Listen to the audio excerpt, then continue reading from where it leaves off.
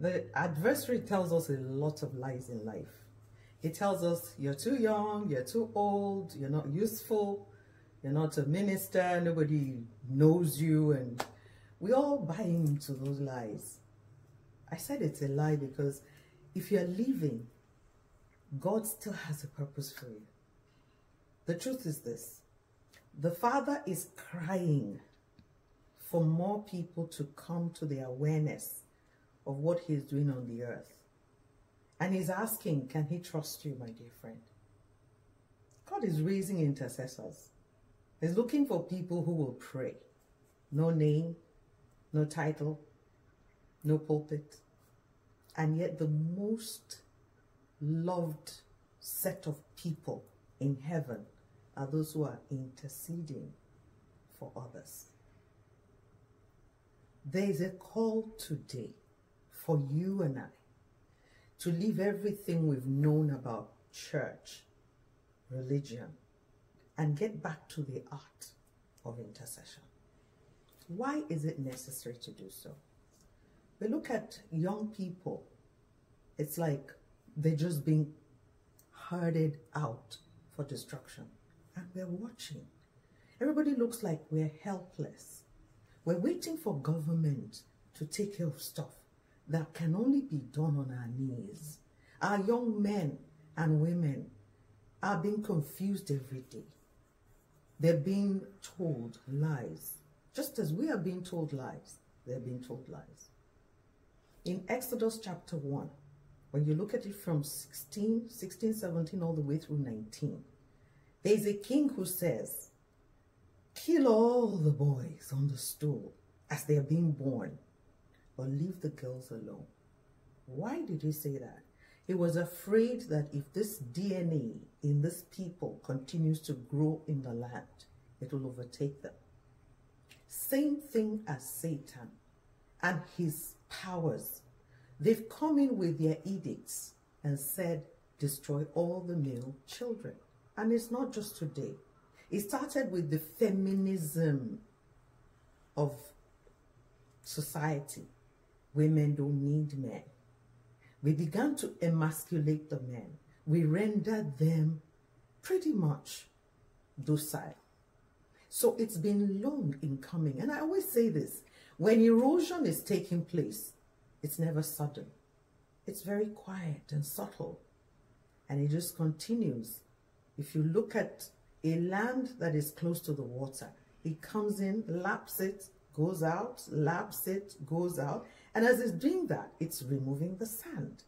And then one day you wake up and say, the sea has come even closer to our homes. It's the same way with these things that they talk about that tells us women power. It was from hell. I know people don't like that. I know people don't want me to say things that ruffle feathers, but the truth, let's tell it. God has an order. The man, the woman, the children, the family, the church. So once we've removed men from their position with the laws, with societal values that we raised, then the women are having to be the head. And that's not God's plan for all of us. So this king says in Exodus 1, kill all the men, throw them into the river Nile. So you can imagine a little baby that's just taken the first breath in this world, is crying, and the mother can hear the cry of her child, taken from her, and then thrown into the water. The child starts to gulp the water, starts to gulp it, and gradually, because it doesn't know what to do next, just finds the lungs filled with water and sinks in the river of pain, the river of addiction, the river of violence. No chance to live. And then, you know, the wicked thing again that happened with that edict, said, leave all the girls. They needed the girls to feed the pipeline of their temple prostitutes. They didn't keep the girls because they wanted those girls alive. They kept them with an evil in their heads. Do you see the way the governments of the earth, the people of the earth today are taking our girls and making them prostitutes for their own Babylon setups.